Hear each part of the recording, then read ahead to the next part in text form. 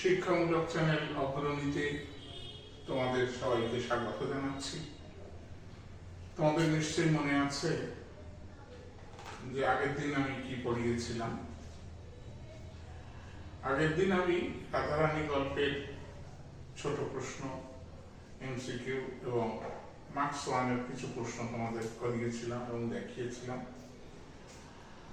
আজকে ওগুলো তোমরা আই বাটনে ক্লিক করলে পেয়ে যাবে। আজকে আমি তোমাদের মার্কস 3 এই ক্লাসটায় 3 নম্বরের যে সম্ভাব্য প্রশ্নগুলো হতে পারে বা সেই প্রশ্নগুলো কি রকম ভাবে উত্তর লিখতে হবে সংক্ষেপের উপর আমি তোমাদের একবার করে বলে দিচ্ছি। তো আমি প্রথম প্রশ্নটা লিখছি, তোমরা দেখো। প্রথম প্রশ্নটা লিখে তার উত্তরটা বুঝিয়ে দিচ্ছে। এইভাবে পরপর প্রশ্নগুলো আমি লিখে তোমার উত্তর বুঝিয়ে দেব তোমাদের। তোমরা একটু মনোযোগের সঙ্গে লক্ষ্য করবে।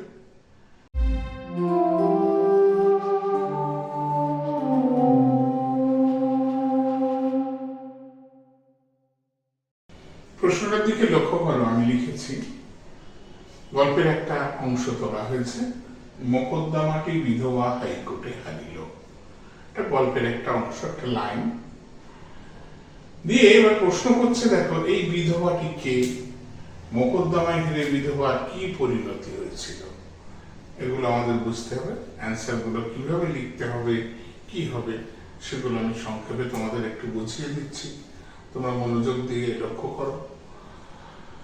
সাহিত্য সম্রাট বঙ্কিমচন্দ্র চট্টোপাধ্যায়ের লেখা রাধারানী গল্পে এই বিধবাটি হলো রাধারানীর মা। এটা নিশ্চয়ই তোমরা বুঝতে পারছো, গল্পটা পড়ে তোমরা বুঝতে পেরেছ। এটা আমাদের 1 নম্বরের প্রশ্ন গেল। সেকেন্ড পার্ট যেটা ছিল 2 নম্বরের, 1+2 আছে, দেখো 3 নম্বরের প্রশ্ন, মোকদ্দমায় হেরে বিধবার কি পরিণতি হয়েছিল। মোকদ্দমায় এক জ্ঞাতির সঙ্গে তার মোকদ্দমা হয়। তিনি মোকদ্দমা হাইকোর্টে হেরে গিয়েছিলেন। হেরে যথাসর্বস্ব খুইয়ে ফেলে তিনি যে অলঙ্কারাদি ছিল, তার যে গয়নাগাটিগুলো ছিল, সেগুলো তিনি বিক্রি করে প্রিভি কাউন্সিলে আপিল করেছিলেন পুনরায়। কিন্তু সেই প্রিভি কাউন্সিলে আপিল করেও তিনি হেরে গিয়েছিলেন এবং তার যিনি জ্ঞাতি ছিলেন, যার সঙ্গে কেস চলছিল, সে ডিক্রি জারি করে কি করলো, তাদের বাড়ির ভদ্রাসন থেকে তাড়িয়ে দিল এবং একেবারে অসহায় অবস্থায় তারা এক কুটিরে এসে আশ্রয় নিল। মা এবং মেয়েতে মিলে কুটিরে আশ্রয় নিল এবং তাদের তখন খুব হতদশা অবস্থা হয়েছিল, মানে হতদশা প্রাপ্ত হয়েছিল।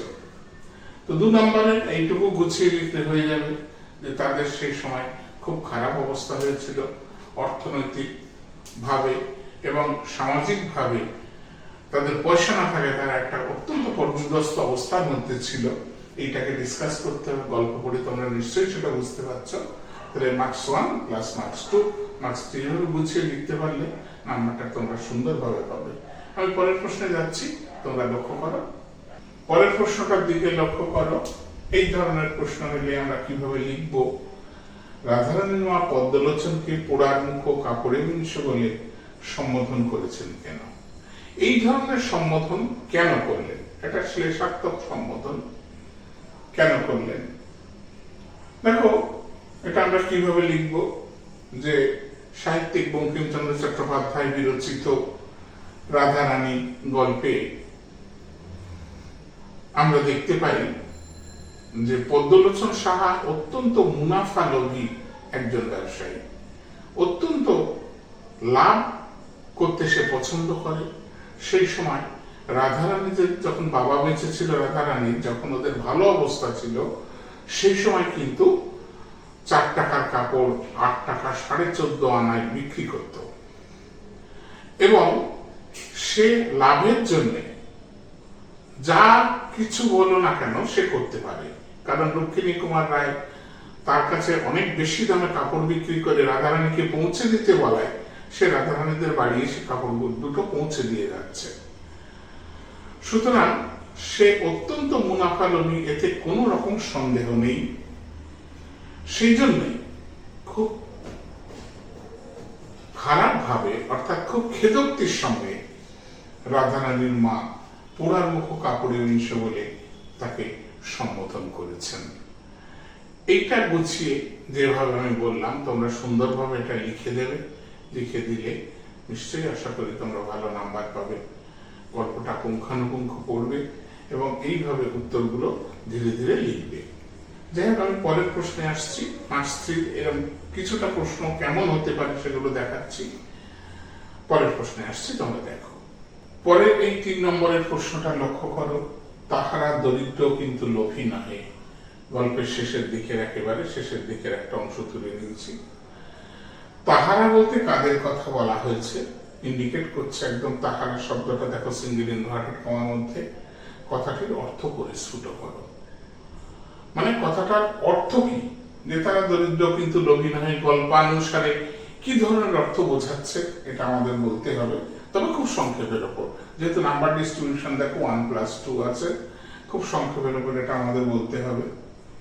তো সাহিত্য সম্রাট বঙ্কিমচন্দ্র চট্টোপাধ্যায় রচিত রাধারানী গল্পে তাহারা বলতে রাধারানী এবং তার মায়ের কথা বলা হয়েছে। এটা আমাদের 1 নাম্বার হয়ে গেল। প্যারা চেঞ্জ করে তোমরা লিখবে। যখনই মার্কস ডিস্ট্রিবিউশন দেখবে এরকম, তখন মার্কস ডিস্ট্রিবিউশন থাকলে তোমরা প্যারা চেঞ্জ করে করে লিখবে। নাম্বার 1 হয়ে গেল, নাম্বার 2 সেকেন্ড প্যারায় তোমরা কি লিখবে, কথাটির অর্থ পরিস্ফুট করো, এইটা বুঝিয়ে দেওয়া হবে। তাহারা দরিদ্র কিন্তু লোভী নহে। আমাদের সাহিত্যিক বঙ্কিমচন্দ্র চট্টোপাধ্যায় এই ধরনের মন্তব্য কেন করছেন এটা আমাদের দেখতে হবে। যখন ঝাড় দিতে গিয়ে সে তো টাকা দিয়ে গিয়েছিল মালার বদলে, 4 পয়সা না দিয়ে বেশি পয়সায় দিয়ে গিয়েছিল, তারপরেও ঘর ঝাড় দিতে গিয়ে রাধারানী কি কুড়িয়ে পেল, একটা নোট কুড়িয়ে পেল। তদানীন্তন সময় নোটের অনেক মূল্য ছিল, অনেক দাম ছিল। তো সেই নোটটায় ওরা দেখলো নাম লেখা আছে রাধারানী এবং রুক্মিণী কুমার রায়, এই দুটো নাম সে নোটে লিখে দিয়ে গেছে, পাছে কেউ তাদের চোর বলে সন্দেহ না করে।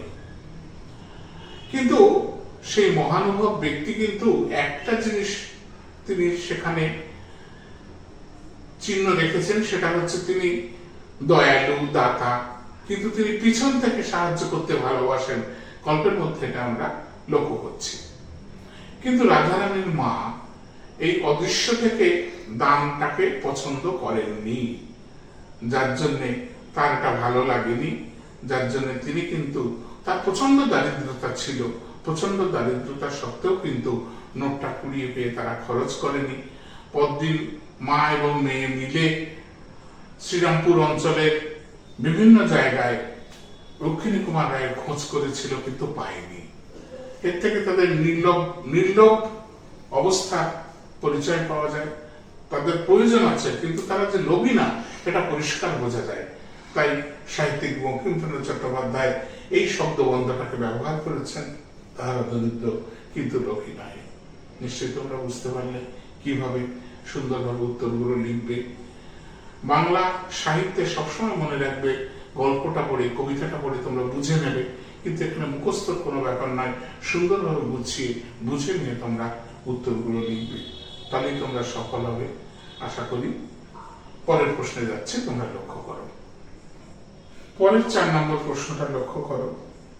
এই মতো কোনো সন্ধান পাইল না।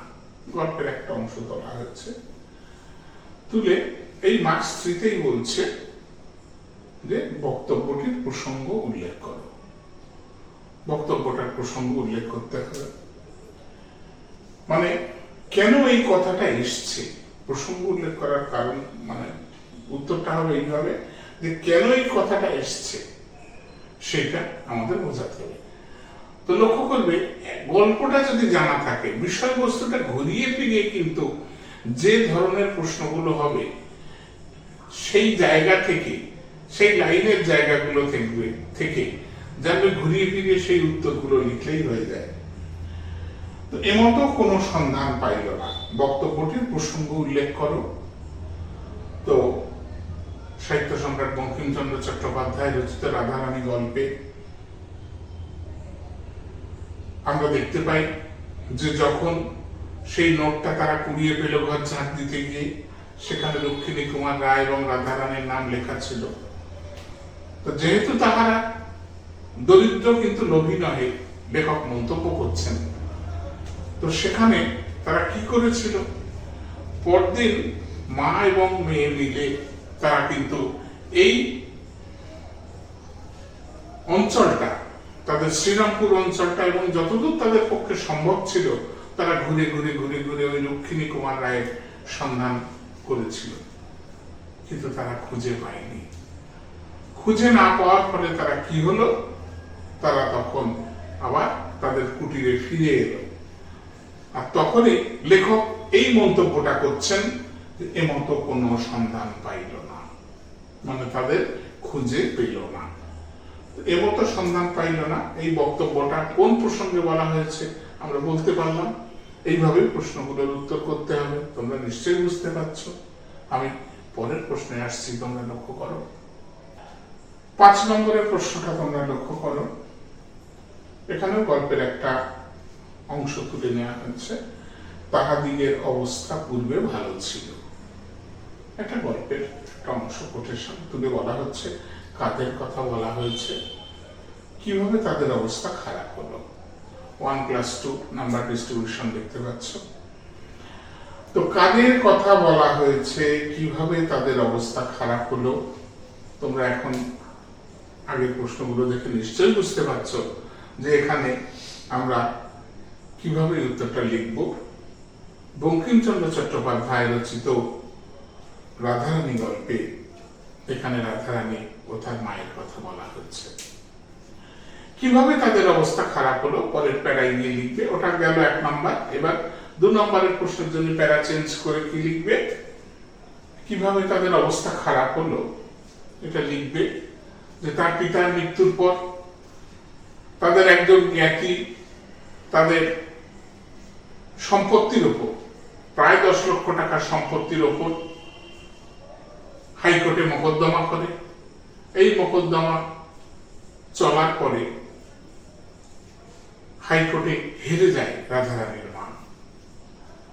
যখন হাইকোর্টে হেরে গেল, সমস্ত সম্পত্তি তো চলেই গেল, তার মা যা কিছু অলংকার আদি ছিল সেগুলো বিক্রি করে যথাসর্বস্ব খুইয়ে প্রিভি কাউন্সিলে আপিল করে। সেখানেও তিনি পরাজিত হন। তো তখন কি হলো, তাদের ভদ্রাসন থেকে তাড়িয়ে দিল তাদের সেই জ্ঞাতি যে মকদ্দমায় জিতে গিয়েছিল। তাহলে তখন তারা একদম আশ্রয়হীন অবস্থায় এক কুটিরে এসে আশ্রয় গ্রহণ করে এবং খুব কষ্টে দিনাতিপাত করতে থাকে, খুব অর্থ কষ্ট। তখন কিভাবে তারা সংসার চালাবে তার মা বুঝতেই পারে না, কায়ক্লেশে তাদের দিন যাচ্ছিল। তো এইভাবে তাদের অবস্থা খারাপ হয়ে গিয়েছিল। ঘটনাটা আমরা জানি, তাই সুন্দরভাবে লিখলাম, বা তোমরা লিখতে পারবে আশা করছি, বললাম আমি। তো আজকে 3 নম্বরের এই ক্লাসটা এই কটা প্রশ্ন দিয়ে আমি তোমাদের বুঝিয়ে দিলাম যে কিভাবে মার্কস 3 লিখতে হয়। নিশ্চয়ই তোমরা সবাই বুঝতে পেরেছ। যদি এর আগের ক্লাস তোমরা মার্কস 1 এর যেগুলো করিয়েছি তোমরা আই বাটনে ক্লিক করলে পেয়ে যাবে।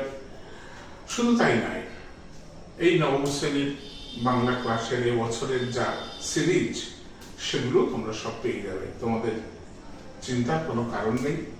সুতরাং তোমরা এগুলো ভালো করে লক্ষ্য করো এবং বাড়িতে ভালোভাবে পড়াশোনা করো। পরীক্ষা এগিয়ে আসছে, তোমাদের 3টে সামেটিভ থাকে, এটা সেকেন্ড সামেটিভ সামনে। খুব সুন্দরভাবে প্রশ্নগুলো বুঝে নিয়ে এইভাবে তৈরি করে লিখবে আশা করছি। আজকে এই পর্যন্তই রাখছি। পরের দিন আমি মার্কস 5 এর প্রশ্নগুলো নিয়ে তোমাদের সামনে হাজির হব।